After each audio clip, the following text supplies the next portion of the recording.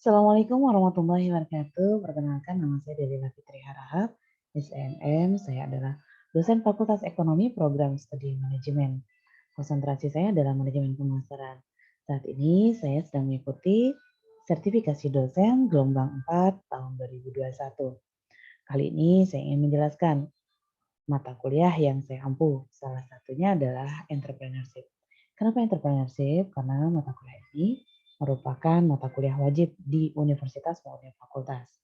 Karena keterkaitan dengan visi dan misi yang menginginkan lulusan Universitas Monobungu, khususnya Fakultas Ekonomi, memiliki jiwa entrepreneurship.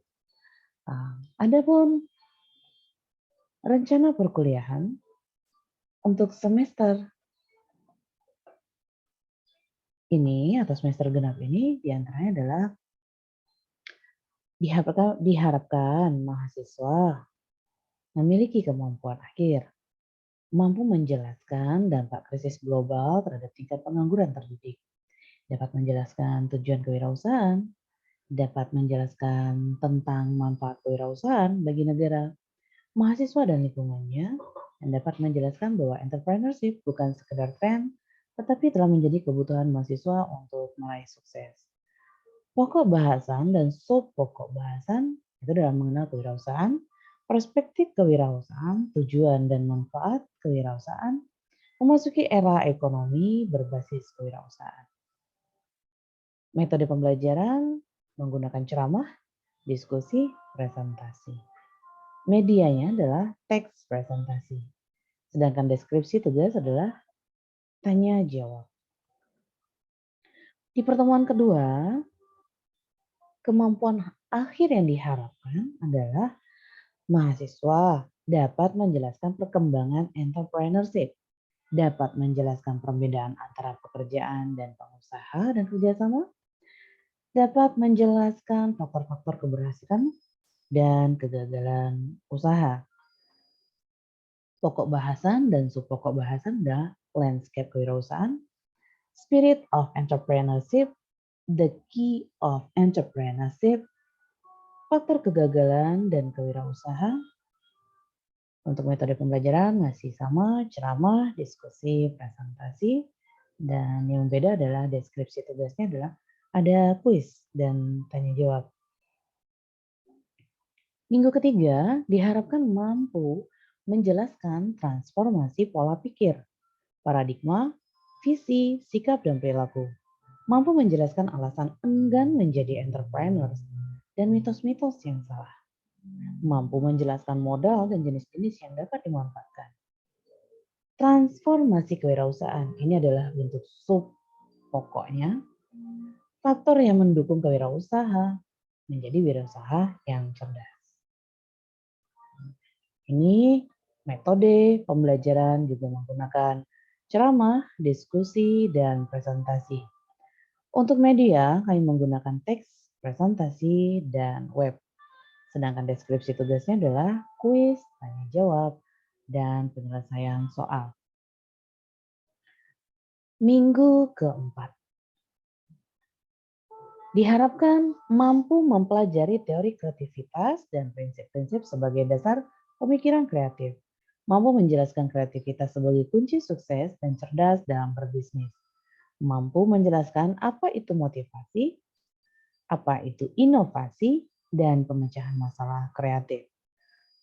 Subpokoknya ada inspirasi, ide bisnis, analisis peluang, dan karakter bisnis. Media yang digunakan yaitu teks, presentasi, diskusi, audio, dan soal tugas. Begitu pula dengan untuk deskripsi tugasnya. Masih sama dengan minggu yang lalu atau minggu sebelumnya. Di minggu kelima diharapkan mahasiswa mampu menentukan atau menemukan inspirasi dan dari mana timbulnya inspirasi tersebut. Mampu menemukan cara mengubah inspirasi menjadi peluang bisnis. Mampu merancang faktor-faktor keberhasilan, peluang usaha, dan faktor kegagalan usaha. Lalu, untuk sub pokoknya, inspirasi ide bisnis, analisis peluang dan karakter bisnis.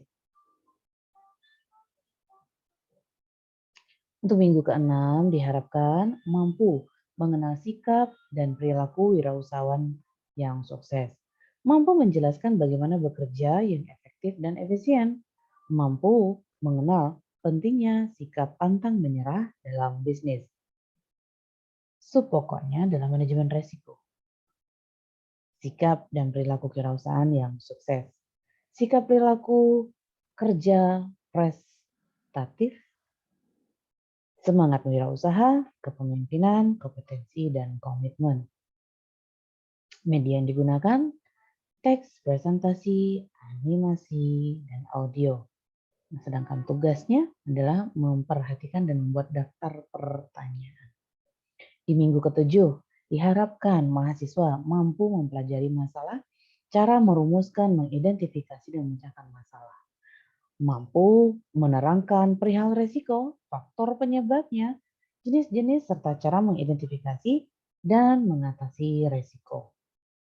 Pokoknya adalah merumuskan solusi masalah dan mengambil resiko usaha. Media yang digunakan, teks, presentasi, animasi, dan audio. Lalu untuk tugasnya adalah kuis dan tanya jawab.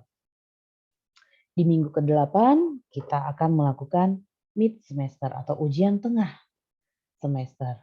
Diharapkan mahasiswa mampu menerangkan dan mendeskripsikan semua materi yang sudah diajarkan dari bab 1 sampai bab 7. Lalu untuk model atau metodenya adalah tertulis dan closed book. Lalu untuk medianya ada kertas soal, lembar kerja jawaban. Untuk di pertemuan ke-9, mampu memahami model analisa data secara kuantitatif dan kualitatif. Mampu memahami analisa data dan masalah dengan menggunakan metode SWOT analyze atau SWOT analyze. Mempelajari konsep, cara, sistem dalam rangka menyusun rencana bisnis atau bisnis plan. Pokoknya adalah rencana bisnis, rencana peta bisnis, dan pembuatan rencana bisnis. Metode yang digunakan adalah ceramah, diskusi, presentasi, dan praktikum. Media yang digunakan, teks, animasi, audio, video, soal, dan tugas. Lalu untuk tugasnya ada kuis, tanya jawab, dan penyelesaian soal. Untuk pertemuan ke-10 atau minggu ke-10, diharapkan mahasiswa mampu menjelaskan rencana pemasaran, strategi, dan taktik pemasaran. Mampu menjelaskan bauran pemasaran, kebijakan harga, dan promosi. Manajemen pemasaran dan promosi bisnis ini adalah merupakan sub pokoknya, itu peranan pemasaran dalam perusahaan, rencana pemasaran, dan strategi pemasaran. Untuk metode dan media juga pertanyaan ataupun kuisnya masih sama seperti sebelumnya. Lalu untuk di minggu ke-11, diharapkan mahasiswa mampu menjelaskan perbedaan marketing dan selling. Mampu menjelaskan pentingnya kualitas dalam visi menjual. Mampu menjelaskan tahapan-tahapan menjual, mampu menjelaskan cara dan strategi dalam bernegosiasi, dan memahami tentang kepuasan pelanggan. Pokoknya ada selling skill is an embryo of entrepreneurship skill. Proses menjual, negosiasi, dan kepuasan pelanggan. Lalu media, metode, dan kuisnya masih sama. Minggu ke-12, mampu memahami pentingnya manajemen keuangan dalam menjaga kelangsungan sebuah bisnis serta ruang lingkupnya. Mampu menjelaskan atau mampu mempelajari dan mengenal administrasi, keuangan, pencatatan transaksi, penyusunan laporan, dan cara menganalisa laporan keuangan. Metode yang digunakan adalah time value of money, administrasi dan pembukuan, pencatatan transaksi, keuangan dan pelaporan dan anggaran. Untuk minggu ke-13. Minggu ke-13 diharapkan mahasiswa mampu menjelaskan faktor-faktor yang mempengaruhi perubahan persaingan dan pasar dalam pertahankan usaha, mampu menjelaskan supply dan demand, mampu menjelaskan sistem manajemen ISO 9001 untuk menjamin kualitas produk. Untuk sub pokoknya adalah product mapping, 7W cara pelanggan menilai bisnis. Sedangkan yang ke-14 adalah mengenal digital entrepreneur terhadap tips, taktik, dan strategi untuk membangunnya, mampu memahami franchising sebagai salah satu alternatif pengembangan usaha. Untuk metode yang digunakan adalah atau sub kewirausahaan, tren kewirausahaan, mengembangkan bisnis, dan digital planner. Ada tren baru entrepreneurship dan jenis bisnis digital. Minggu ke-15 dapat menyusun rencana bisnis atau plan bisnis dan dilaporkan dalam bentuk proposal. Nah, metodenya adalah menyusun rencana bisnis. Kalau untuk metode yang digunakan menyusun laporan per individu dan metode atau media yang digunakan adalah mengumpulkan tugas dan presentasi. Lalu untuk penilaiannya adalah penyusunan laporan secara individual bisnis tadi.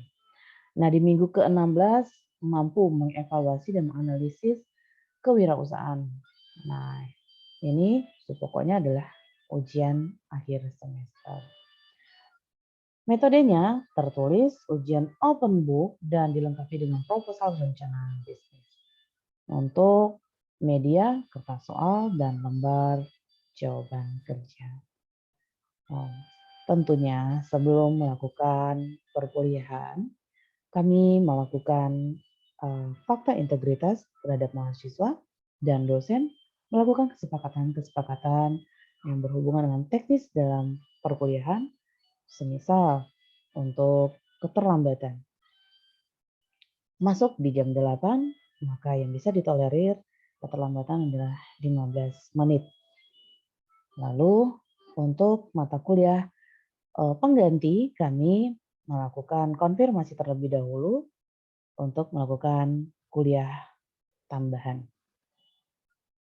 Mata kuliah ini diawasi oleh gugus penjamin mutu di tingkat fakultas dan prodi tentunya.